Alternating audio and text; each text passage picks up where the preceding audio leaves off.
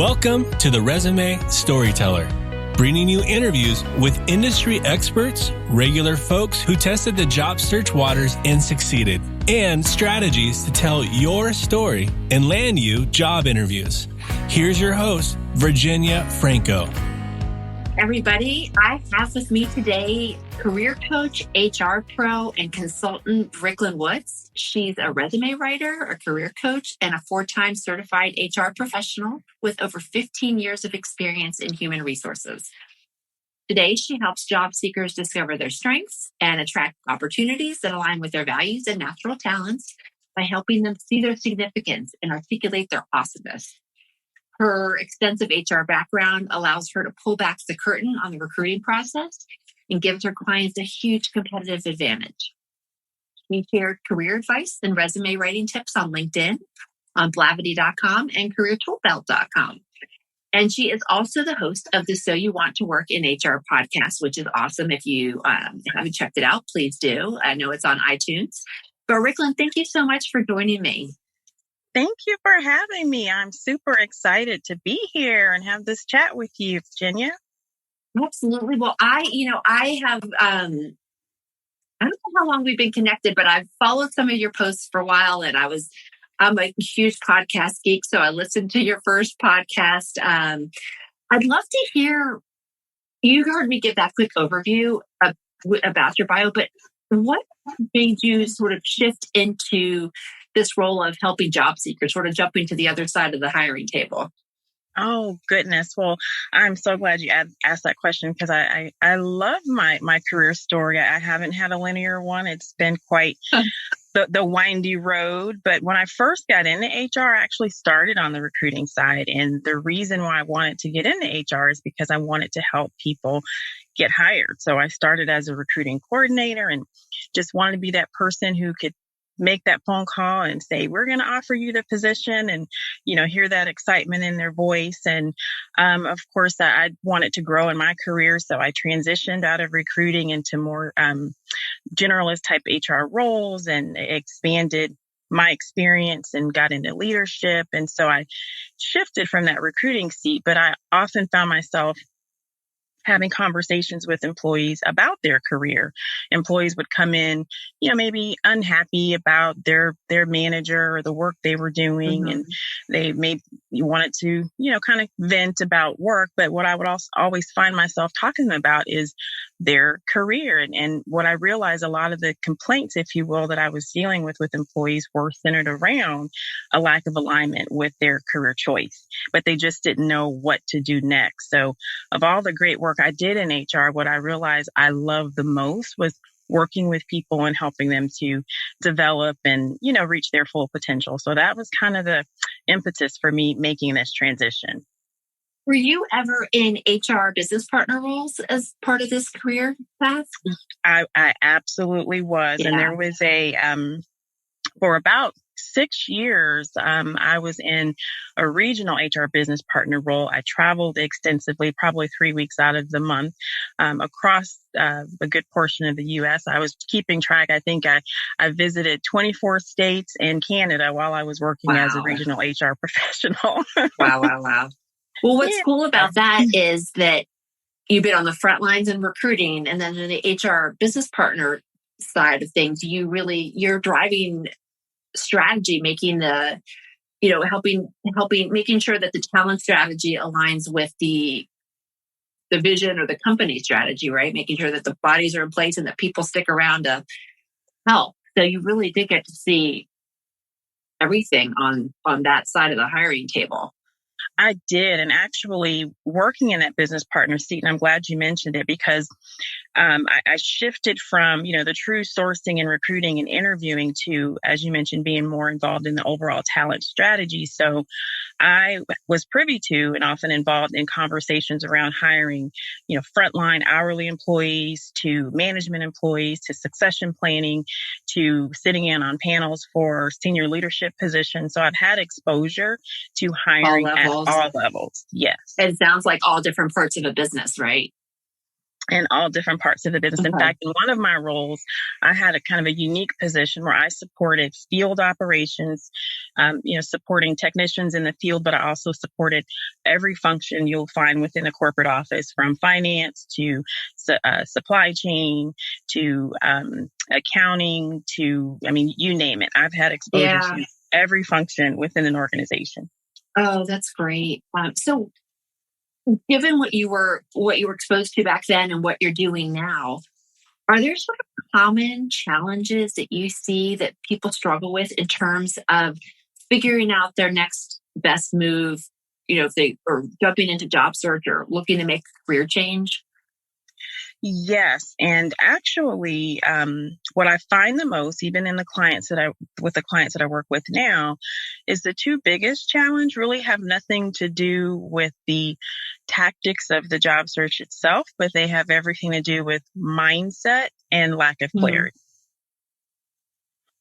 And what I mean by that, from a mindset standpoint, I find that, job search has a bad rap anyway. When people think, oh my gosh, no one's excited, jumping for joy. Yeah, exactly.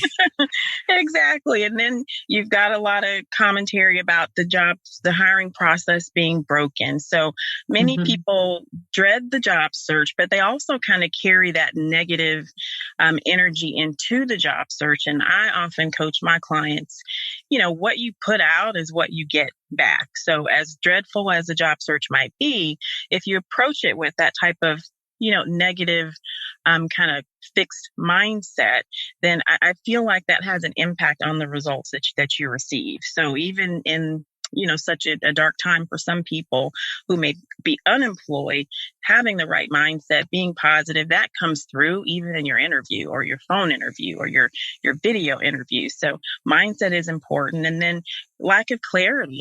People, again, I think this goes back to the idea of the job search process being so complicated, is they're shooting out resumes to every job that they come across, but they're not real focused in terms of, well, what are my real talents? What are my strengths?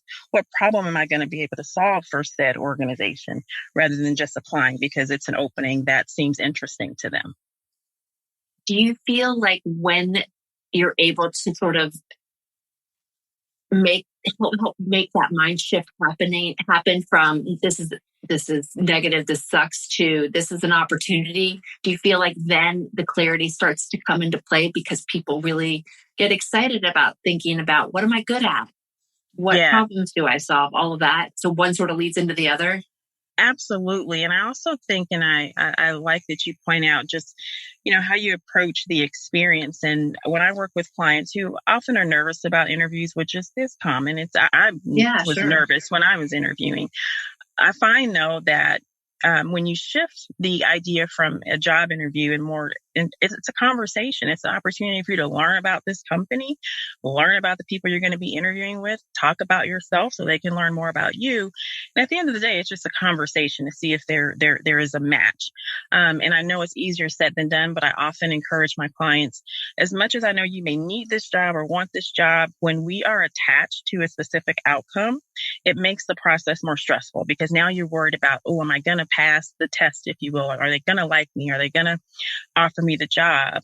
But when you go into it just really open-minded, this is an opportunity. And even if this opportunity doesn't work out, who knows what doors might open, as a result of this conversation. Who may know another hiring person at another company? So I think that all goes back into mindset and how you approach the process. No, I couldn't agree more. It's funny. My husband right now is doing a job search, and he called the other day and he's like, I think it's got a job offer. I'm like, what is the role? He's like, I'm not really sure. What? Like, it was all very nebulous because all of it started out with conversations, feeling each other out, talking about strengths, talking about goals. And what I am realizing is sometimes that leads also to opportunities to create roles that maybe don't exist. I know it doesn't always work with bigger companies, but some of the smaller ones, you can cobble together things from those conversations. You know what? I actually had a client who had an experience such as that, where she interviewed for a role. They didn't feel like she was strong enough or had as much experience for that role, but they had been having conversations behind the scenes about adding a different role prior to her coming on board to this interview. But that actually expedited that process for them. They were like, wow, she'd be a great fit for that role we have been talking about. So let's make it a real thing. And they actually did offer her the position. Right. And so it helps, to me, it helps the person, the hiring manager, to think outside the box on what other opportunities there might be. Absolutely. Absolutely. So it's really just, and also the interview experience. So I do have some clients that I work with who are very positive, and they're like, even if I don't get this job, I'm getting interview experience. So the next opportunity, I'll be, that much more sharp when I sit down for that interview. So again, it's just a matter of perspective. Yeah, no, everything's a learning experience, which I know gets old when you're on your 9th round with the client, but still, yeah. Yes, absolutely. Because I do have a client who texted me this morning who said she's really low energy after having gone through a series of interviews and haven't been selected. So I don't want to paint this picture that, the job search process is supposed to be fun. You're going to have your ups and downs, of course. That's right. No, it's definitely a journey, 100%. I have a client who literally yesterday evening got an offer after his 9th interview. And during rounds 6, 7, and 8, he was starting to get at the end of his rope, but he did have that mindset of, this is what I learned from this. This is what, and also, he made sure to not have all his eggs in one basket. So he was stoking other fires while going through this process. But yeah, it can be arduous for sure. Congratulations to your client. Oh, I know. Huge congrats to him. I know, for his perseverance. Holy cow. Yeah. I know. Someone made a post on LinkedIn about, I don't know who it was, but it was like a poll, like how many rounds should there be? And so to hear you say he went through 9 interviews. I feel like that, and I remember seeing this during the recession, that to me, I'm seeing the number of hoops people are jumping through grow, which I think happens when companies are feeling a little shaky about the market. I don't know if you're seeing that too, if that was your experience in recruiting and then on the HR side of things. Yeah. And I think and I even try to encourage my clients, as daunting as that may sound, that is even a blessing in disguise, because you get to see 9 different people, perhaps in the case of your client, and interact with them and get a better idea, because it's a two-way street. Like, you're making a decision as well. So the more that's a really good point. Yeah. You might meet that one or two people, then you say, not for me. And then you dodged a bullet. Exactly. So I know it's, thinking 9 interviews, that seems like a lot. But if you, again, mindset is everything. Looking at it, this gives me more and more opportunity to see what this company is really all about. I love that. Well, so shifting gears here, you have worked with companies big and small, all aspects of HR. Can you share a little bit about how the recruiting or the hiring process might vary depending on the size of the company? Because it always works a little differently, right? It does. And I actually, ironically, had this conversation with a client yesterday, and she's targeting more smaller companies. In fact, she works in the medical field, so she's smaller practices. And so I was sharing with her, going through the process with them is probably going to be a lot less informal for a few reasons. I mean, if you wanted to, you can drive up to that practice door and see if you can talk to someone. There were larger companies, that's not going to happen. So the approach would be different. So for sure, and I've worked as a consultant with small companies as well. And so you might have, you're the owner of the company who may be using ZipRecruiter or Indeed to source and screen candidates. I have a client of mine who was just hired not long ago as an HR generalist for a small 60 employee organization. And the CEO of the company found her on Indeed, and he called her. I think she had one interview and she was hired. Where a larger company, like I have that wouldn't happen. Right. I have a company who interviewed with a much larger tech company, and they have a whole team. They have sourcers, they have screeners, they have the first phone interview. It's like this whole committee of people that's involved before you even get to the hiring manager. So it's definitely going to be different depending on the size of the organization. Is it your sense that the smaller companies are the ones that tend to use ZipRecruiters and the Indeeds of the world, where larger companies maybe do something different? For sure, ZipRecruiter. That's what I've seen a lot of. Even a couple clients that I've worked with, they said they were contacted through ZipRecruiter, smaller Okay. firms.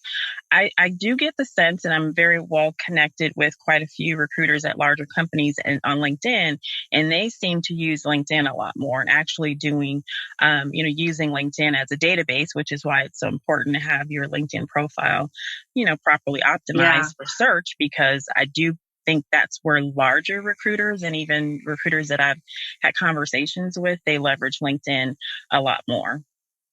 Well, yeah, no, I would agree with that. I'd also say that even, caution people to make sure just because they're targeting smaller companies that you still want to have your LinkedIn looking Mm-hmm. sharp and solid, because even if they source you through ZipRecruiter, that doesn't mean they're not going to check out your digital footprint, right? That's a really good idea. Good point. Thanks for sharing Okay. that. Well, that's good to know. I always hear, I hear ZipRecruiter ads on tons of podcasts, and I thought they're probably not targeting Fortune 100s here. This seems to be a smaller to mid-size, sales Yeah. message, but I didn't realize. That's good to hear it confirmed. Mm-hmm. Mm-hmm. So I want to ask you about the hidden job market, which is a little different than the, sourcing through ZipRecruiters. Mm-hmm. There's lots of people that champion it. I'd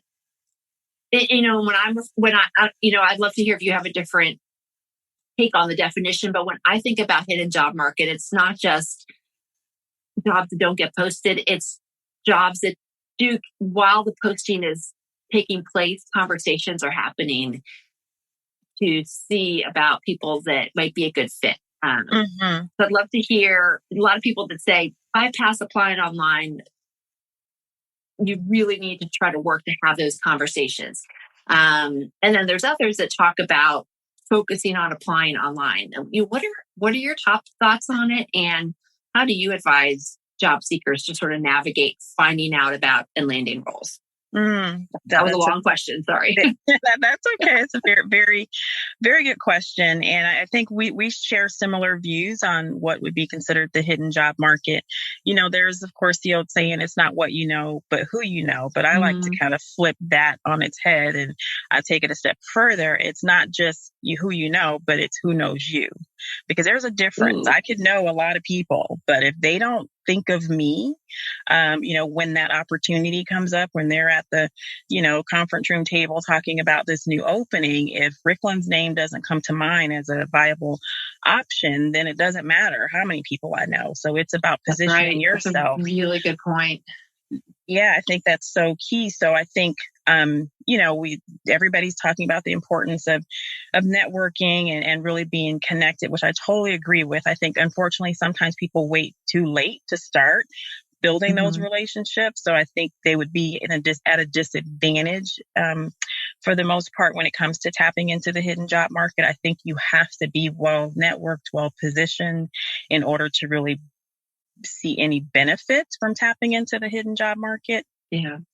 That's kind of my thoughts on that, and just really making sure that you're being proactive in your career and not becoming.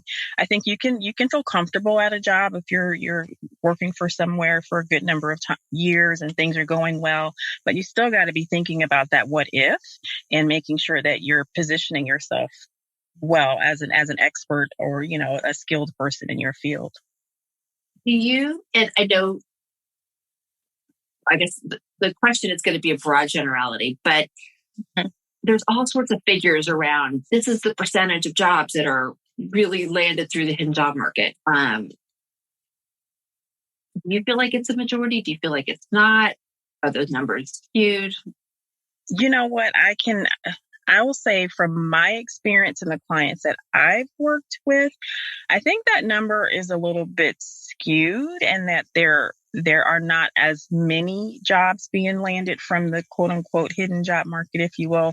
But again, that's just my feel based on, whether my clients or even, I collaborate with quite a few other resume writers and career coaches. And most of them that I know of, their clients are applying with very excellent, resumes that have been done quite well. And then they're landing interviews that way. So I haven't had a lot of experience with my clients having success with the hidden job market. Okay. So that's interesting because I have seen the reverse, but I haven't been on the HR side. But my experience has been that people, by tapping into their network, they're finding out about, they're having the conversation so that when the opportunity arises, they get a call that says, the posting came out, go apply now. Mm-hmm. And I don't know if that's a function of as you move up the ladder, they shouldn't call it a ladder. They should call it a pyramid. And so that's good. More people are fighting for it. I don't know. But when I have worked with people that are not necessarily entry level, but more that middle level, they have more success applying online. Yeah. So I would just to clarify that, like, I do believe the hidden job market exists. I think that more people than not are not benefiting. I think to your point, if you're in a higher leadership level position, and I work with more, I'd say manager to director level, getting ready to go into that director level role. I don't work with a lot of executive levels, but I definitely think the higher you are, the more likely you're not going to be going through the process of applying for roles. Yeah. But what I love about what you said right at the beginning is that based on the size of the company and what's going on, you need to adapt your approach. So if it's a senior leadership role and it's a smaller company, you're going to handle your networking and your approach to them one way versus if you're looking at an executive position at a, big fat Fortune 500. So, no, thank you for that. So I'm hoping you can settle this for those of us that are always raging, debating about ATS or applicant tracking software systems. I'll bet you've seen your fair share of the different systems. Do you recommend PDF or Word to submit? I strongly recommend PDF. Now, maybe not for the same reasons as others. I don't spend too much time with my clients trying to beat the applicant tracking system. I write resumes for the human that is going to be reading it at some point. The reason I like PDF is because it's a much more cleaner document, and that depending on the device, as I'm sure depending on the device that you open a Word document, the formatting could get all... it does. It gets wonky when you send it on mobile or... Yeah. So, a lot of people are digital and on their phones. Even recruiters are, opening up resumes on their phones. So I would not want my client to just run the risk of, a recruiter opens it and like, oh my gosh, I can't even read what it is. And the next thing you know, they move on. I also like PDF because even as a job seeker, if you're tweaking your resume a little bit to tailor it, at least I find for me, when I convert it into PDF, by it being such a clearer document, I'm able to catch errors easier than if it's in Word format. I don't know why that is. Me too. I don't either, but I find the same thing. Not alone. But I'm with you. Write for the humans primarily. Don't try to beat the system. It's ideally if you write it well, it can be read by the bots. But I mean, I've seen huge advancements in ATS which is making my writing much easier. I don't know about you, but I've actually tested some. I don't know if you've ever done this, but I've tested some ATS. No, I wish I could. Systems. I actually learned this at the Resume Writers Conference, the NRWA. So I can't take credit for it, but someone made a recommendation. There are a few, like if a company uses Workday, or I can't remember the other one, but as if you're going to submit an application, but you don't submit it, but you can see actually how the resume is going to upload and populate. And PDFs I have not had any issue with a PDF actually being able to be parsed through the system, at least in those kind of modern ATS systems for sure. So Now, I do put an emphasis on keywords. I want to be clear about that. Yeah. But that's also not just for the applicant tracking system. That's for the eyeballs of the recruiter. That's right. That's for humans that are looking for certain words, 100%. Yes. You could bet if the eye's looking at it, they programmed ATS for it too. Yes. I can't believe I missed that ATS. The ATS thing. Was it in the conference last year? I must have missed that. Yeah, it was. I can't remember who suggested it. But yes, I was like, wow, I didn't even think to do that. And I asked the question, like, you're not submitting it when you do that, are you? Like, no, I'm not submitting it. But, she's created an account and she can go in up to the point where before you submit. I'm like, well, I'm going to try that. So I tried it with a few of my resumes and it parsed perfectly fine. That's great. What about Canva resumes? Have you had any? In my experience, it makes it super wonky, even when you submit PDF. And I don't know why that is. Yeah, I have not. I've not used a Canva resume. Quite honestly, there was a time I was into doing a little bit more graphics in my resumes, but I've simplified it quite a bit because I realized, really what recruiters are looking for is content. I may add a splash of color just to differentiate a little bit from a branding perspective for my clients, but I have really simplified the approach and focused much more on quality content.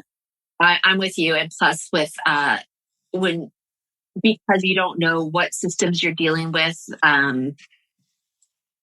the more design heavy ones, I think you run a bigger risk of things just getting convoluted. But and additionally, a lot of those templates, there's so much space for graphics that you don't get to focus on content. Exactly. Yeah, no, agree 100%. So shifting gears, I would love to, and I ask this question of everyone, I'd love to talk with you about discrimination when it comes to hiring practices. We have seen for decades, age discrimination, ethnicity, gender, all of it. What are your thoughts on the topic and how do you advise job seekers on the best way to navigate this? It's really so ironic that you're asking this question because I had a call just yesterday with a client who is 65 years old and that topic came up and I'm saying this with my HR hat on, with my career coach hat on. Ageism is real. Discrimination is real. As much, and I do think organizations are implementing things to try to help mitigate it or eliminate it in certain instances, but you're dealing with human beings. So it's human beings. Yeah, the ism, it's hard to get isms out of people's brains. Yeah. It's just a part of it. So what I try to encourage my clients to do is be realistic. It's out there and to control what you can control. Mainly, you don't want to work somewhere that they don't want you to be working.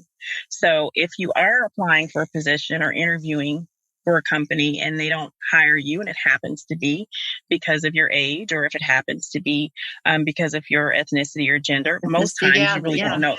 You won't know why, actually, because they're going to give you another reason. But you can't control it. But what you can control is making sure you're seeking out organizations that value diversity, whether it's age, gender, race, diversity. I know I have and I shared with this particular client and she didn't know that AARP actually has a job board.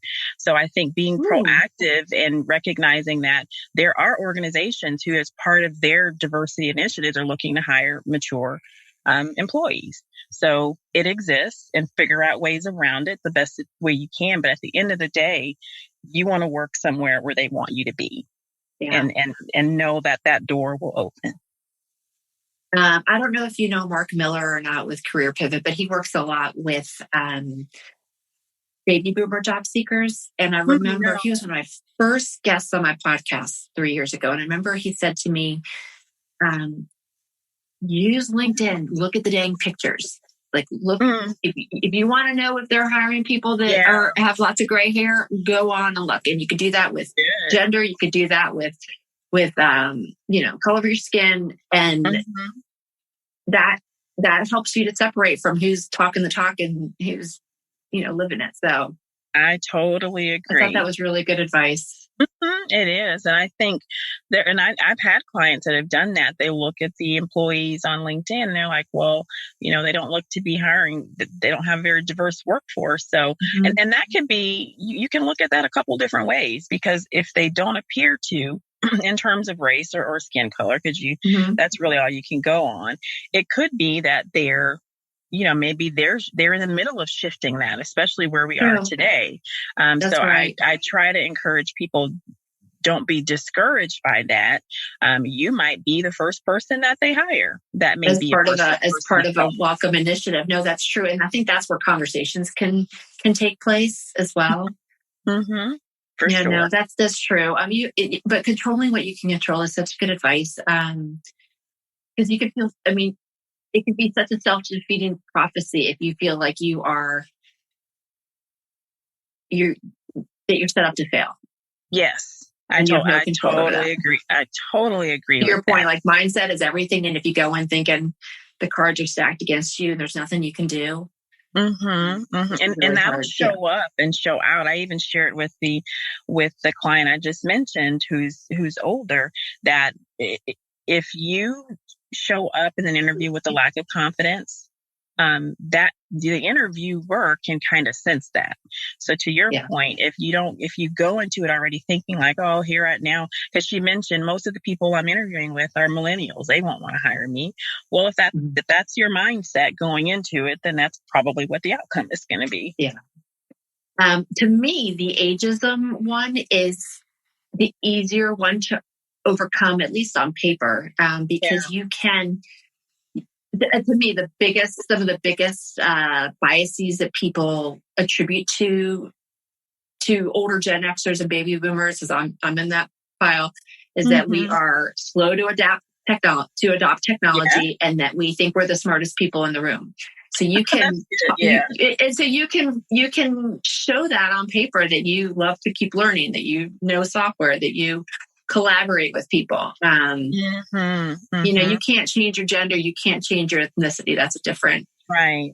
Very, very good point. One thing I want to point out in terms of ageism too, because I know you see this in your work where you're working with a client with over 20, maybe even 30 years of experience. And some of that earlier career experience is really relevant to what they're looking to do in the future. But of course, when you have your employment dates there, it can tend to date you, and people can do the math and figure out how old you are. Right. But there are creative ways to still capture that experience without using dates. And so that's what I've done with a few of my clients, whether it's creating an earlier career section with no dates, but just highlighting the work that they've done, or through an accomplishment section that highlights some of that older work without actually including it on the resume. So that's another way for those who may be listening and concerned about, how do I capture all of this wonderful experience I've had for the last 30 years, 20 or 30 years, without dating myself. What I love about that section, in addition to making the person sort of timeless, is what I like to say, so that nobody knows if we're 30, 35 or 75, is that it eliminates I call it the rabbit hole phenomenon, where the reader starts seeing dates that are, back in the early 2000s, 90s, and they go, I wonder if they have kids. I wonder when they went to school. Like just all that side nonsense that if you have 10 seconds to make an impression, I don't want 2 to 3 seconds spent with that stuff. And we all do it as human beings. So that eliminates it.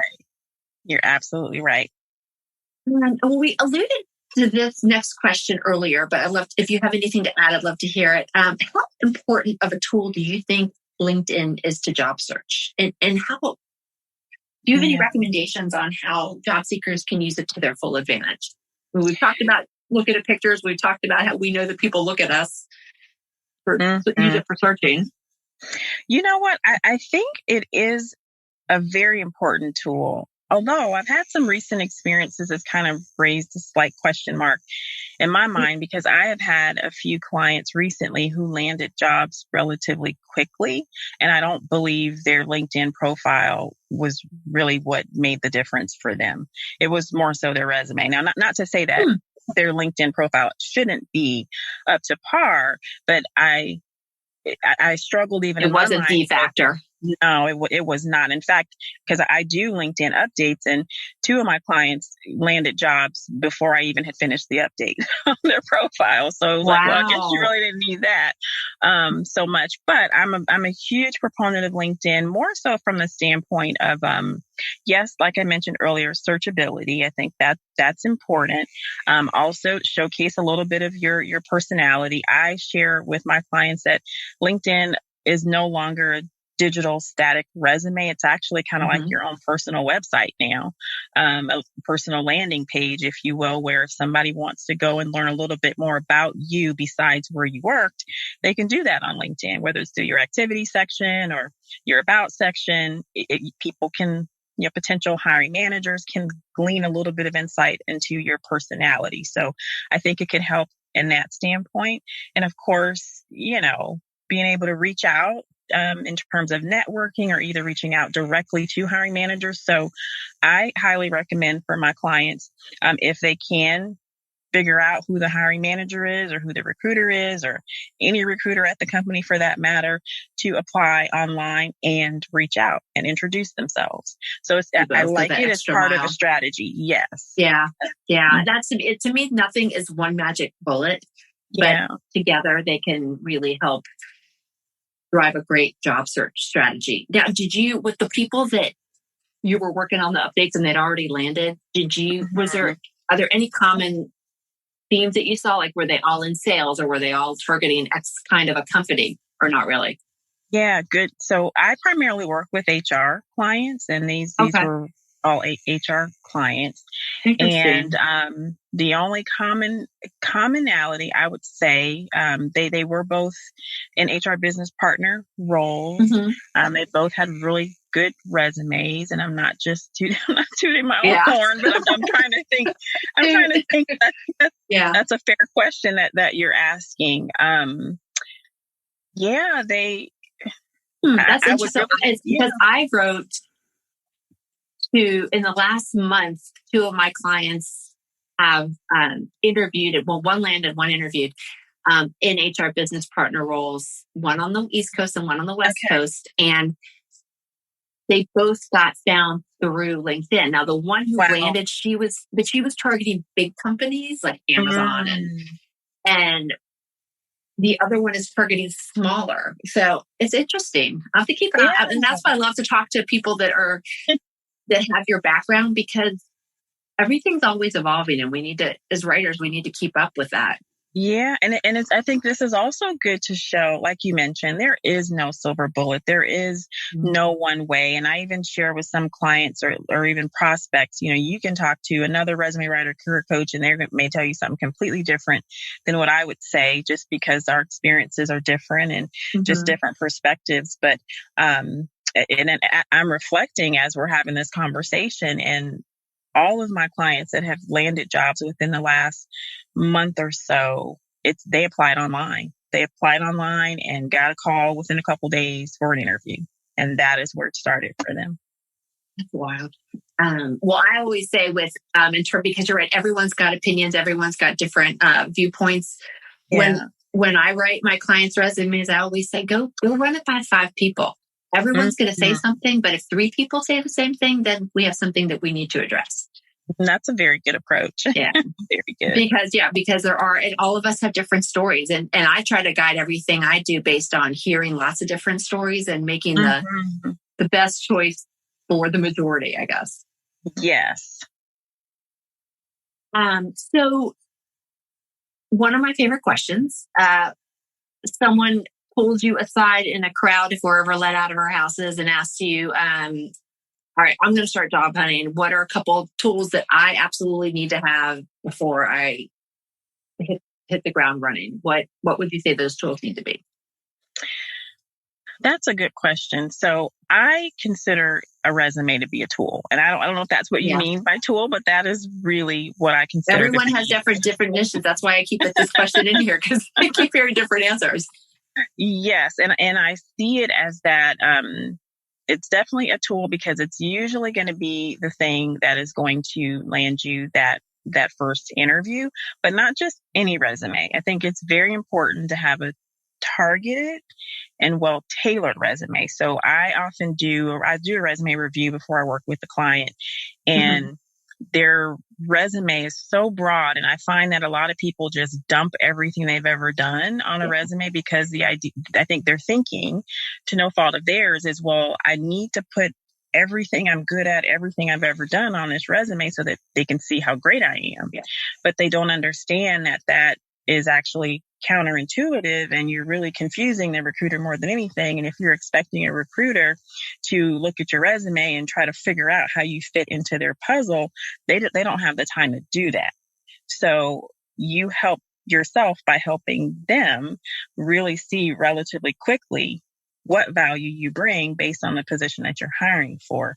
So I can't stress enough the importance of a clear, and when I say targeted, and I see targeted and tailored as two different concepts, and I'll explain why really briefly. Okay. When I think targeted, I think, because I work with, again, mainly HR professionals who could go in various avenues within HR if they worked as a generalist. But I really try to encourage them to identify a target. Are you looking for an HR business partner? Are you looking for a director level role? Are you looking to do more benefits? So that's the target. That's right. You're right. Because how you write an HRIS resume is very different than how you write a business partner resume. Yes. And then the tailored portion is, you could look at 3 HR business partner job descriptions and they'd be different.